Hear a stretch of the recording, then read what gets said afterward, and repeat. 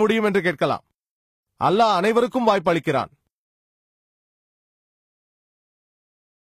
திருக்குரானில் அல்லாஹ் சொல்கிறான், சூரா இஸ்ரா அத்தியாயம் 17 வசனம் 88, அவர் மோசடி செய்து விட்டார் என்று சொல்கிறார்களா?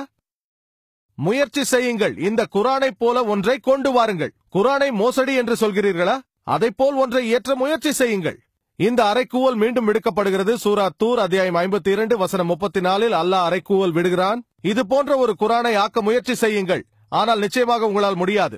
எல்லா ஜின்களும் மனிதர்களும் இணைந்து கூட்டாக முயன்றாலும் இதை போன்ற குரானை அல்லாஹ்வின் அருளின்றி கொண்டு வர முடியாது.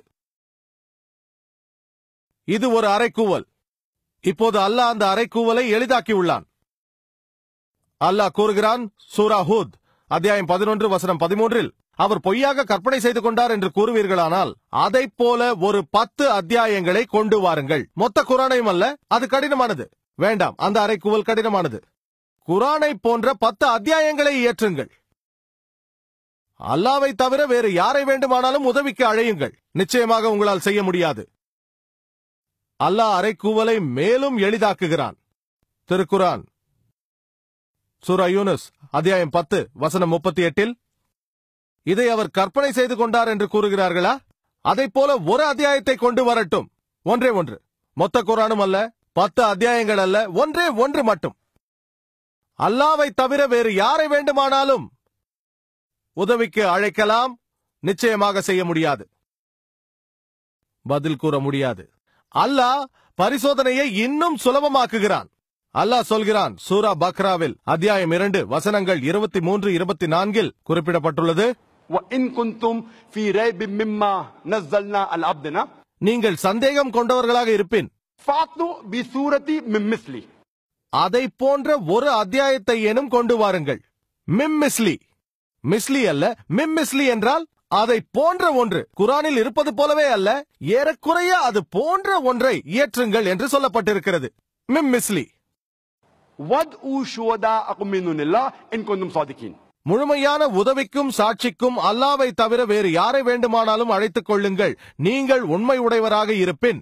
ஃபைல்லம் தஃபலு, உங்களால் முடியாது போனால், வலம் தஃபலு, நிச்சயமாக உங்களால் முடியாது. மனிதர்களையும் கற்களையும் எரிபொருளாக கொண்ட நரக நெருப்புக்காக காத்திருங்கள். உங்களால் இதை செய்ய முடியாது. நிச்சயமாக உங்களால் செய்ய முடியாது. மேலும் மனிதர்களையும் கற்களையும் எரிபொருளாக கொண்ட நரக நெருப்புக்காக காத்திருங்கள். இது ஒரு அறைக்கூவல். இதற்கு சாடையாக ஒரு அத்தியாயத்தையாவது முயற்சித்துக் கொண்டு வாருங்கள். நீங்கள் என்னை கேட்கலாம், பரீட்சை என்றால் அது இயற்கையாக அரபு மொழியில் தானே இருக்கும். சகோதரர் ஜாகிர், எனக்கு அரபு மொழி தெரியாது, நான் எப்படி இந்த பரீட்சையில் பங்கேற்க முடியும் என்று கேட்கலாம். பரவாயில்லை, குரான் போல ஒரு அத்தியாயம் அரபு மொழியில் தான் இருக்க வேண்டும். ஆங்கிலத்திலோ, பிரெஞ்சிலோ, ஹிந்தியிலோ, உருதுவிலோ இருக்க முடியாது. பலர் முயற்சித்தார்கள், முயற்சிக்காமல் இல்லை. பல நூற்றுக்கணக்கானவர்கள் முயற்சித்தார்கள், ஆனால் தோல்வி அடைந்தார்கள். எதுகை மோனையோடு எழுதினார்கள், ஆனால் நிலைப்பாட்டில் நிற்க முடியவில்லை. அவர்களின் புத்தகங்களையும் நீங்கள் படிக்கலாம், ஆனால் பரிதாபமாக தோல்வி அடைந்தார்கள். நீங்கள் என்னிடம் கேட்கலாம், சகோதரர் ஜாகிர், எனக்கு அரபு மொழி தெரியாது, நான் யூதனும் அல்ல, எப்படி நான் குரானை தவறென்று நிரூபிக்க முடியும்? பல வகையான பரீட்சைகள் இருக்கின்றன. நான் இன்னும் ஒன்றை அறிய தருகிறேன், அதில் யார் வேண்டுமானாலும் பங்கேற்கலாம். நான் என்னுடைய உரையை திருக்குரானின் வசனமான சூரா அன் நிசா அத்தியாயம் 4 வசனம் 82 ஆரம்பித்தேன்.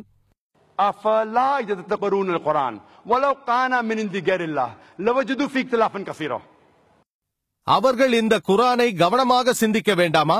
இது அல்லாஹ் அல்லாத பிறரிடமிருந்து வந்திருந்தால் இதில் ஏராளமான முரண்பாடுகளை கண்டிருப்பார்கள். குரானை தவறு என்று நிரூபிக்க வேண்டுமானால்